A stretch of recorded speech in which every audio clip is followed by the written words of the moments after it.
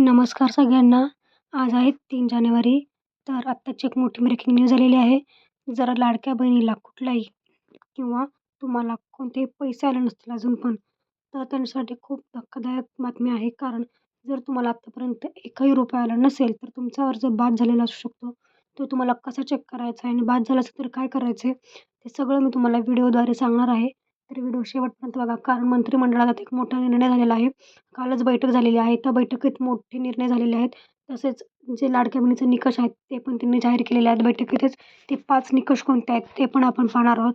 त्या आधारे तुम्हाला पैसे मिळणार की नाही याचं जे निश्चितपणा आहे ते येणार आहे. ठीक आहे. जर तुम्हाला पण अजून आत्तापर्यंत ₹1 आला नसेल, तुमच्यासाठी हा व्हिडिओ खूपच महत्त्वाचा ठरणार आहे. त्यामुळे व्हिडिओ शेवटपर्यंत बघत राहा. कारण खूप महत्त्वाची जी घोषणा आहे ती केलेली आहे आदित्य तटकरे मॅडम यांनी आणि देवेंद्र फडणवीसजी यांनी.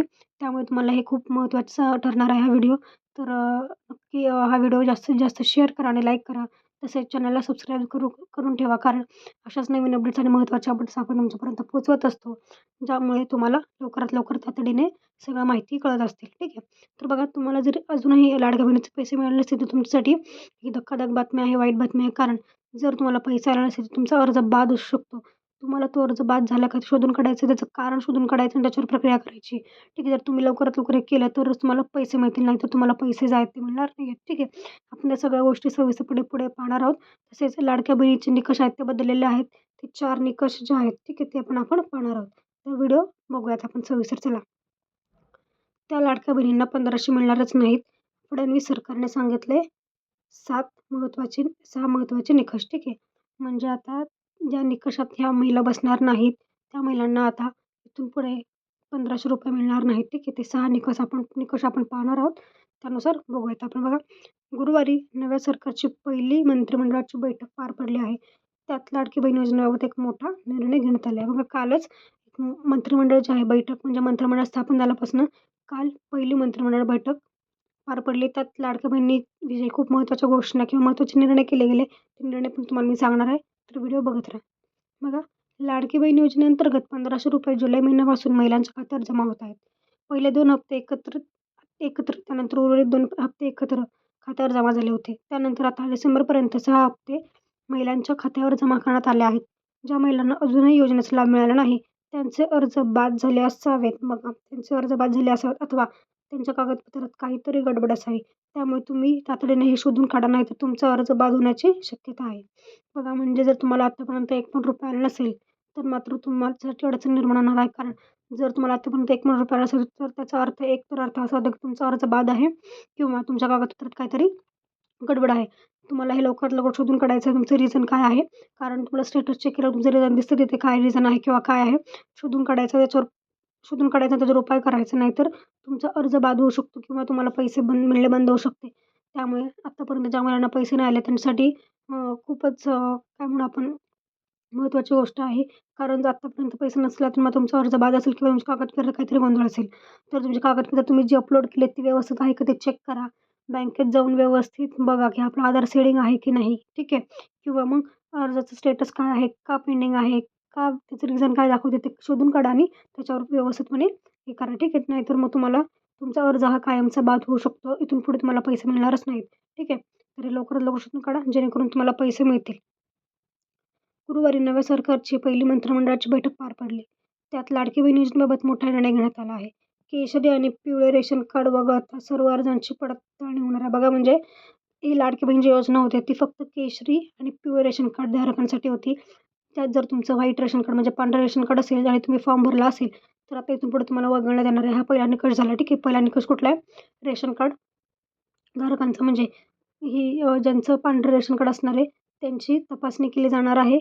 किंवा ज्यांचं केशरी आणि पिवळं रेशन कार्डच सोडून जे सर्व अर्ज आहेत त्यांची तपासणी केली जाणार आहेत. शिवाय वर्धा, पालघर, लातूर, यवतमाळ, नांदेड या जिल्ह्यातून अनेक तक्रारी आल्या आहेत. त्यामुळे निर्णय घेतल्याचं तटकरे यांनी सांगितलं. म्हणजे बघा, हे जे जिल्हे आहेत वर्धामध्ये, पालघर, लातूर, यवतमाळ, नांदेड या जिल्ह्यातून तक्रारी पण आलेल्या आहेत. ठीक आहे. कारण याच्या आधी आदित्य तटकरे मॅडमने सांगितलं होतं की जर तक्रारी आल्या तर आम्ही त्या अर्जांची पडताळणी करू. त्यामुळे जर तक्रारी आलेल्या त्यामुळे पडताळणी आता होणार आहे. ठीक आहे. जर तुमचं पांढरं रेशन कार्ड असेल तरी पण तुम्ही फॉर्म भरला असेल तर तुमच्या इथून पुढे अर्ज बाद होतील, तुम्हाला पैसे मिळणार नाहीत. हा पहिला निकष झाला. ठीक आहे. आणि आता सरसकट ज्या तक्रारी आल्या त्यांच्या आता अर्जांची पडताळणी होणारच आहे. आता अर्ज बाद होण्याचा निकष काय आहे? तर तुमचा अर्ज बाद होऊ शकतो. ह्याची कारणं जी आहेत ते आपण पाहणार आहोत. कारण नीट बघा, जर तुम्हीच ह्यापैकी कुठलं असेल तर तुमचा अर्ज बाद झाला म्हणून समजा. कुटुंबात 2.5 लाखांपेक्षा जास्त उत्पन्न, ठीक आहे. घरात कोणाच्याही नावावर 4 चाकी वाहन, तुमच्या घरातली कोणाच्याही नावावर जर 4 चाकी वाहन असेल तर तुमचा अर्ज बाद होऊ शकतो. शासकीय नोकरी हलकाना घेतलेला योजनांचा लाभ, ठीक आहे. दुसऱ्या कुठल्याही शासकीय योजनेचा जर लाभ घेतला असेल तर तुमचा अर्ज बाद होऊ शकतो. एका सरकारी योजनेचा लाभ घेणारे असतील तर त्याला लाभ मिळणार नाही. ज्या महिला महाराष्ट्रातून लग्न करून दुसऱ्या राज्यात किंवा देशाबाहेर गेल्या त्यांना लाभ मिळणार नाही.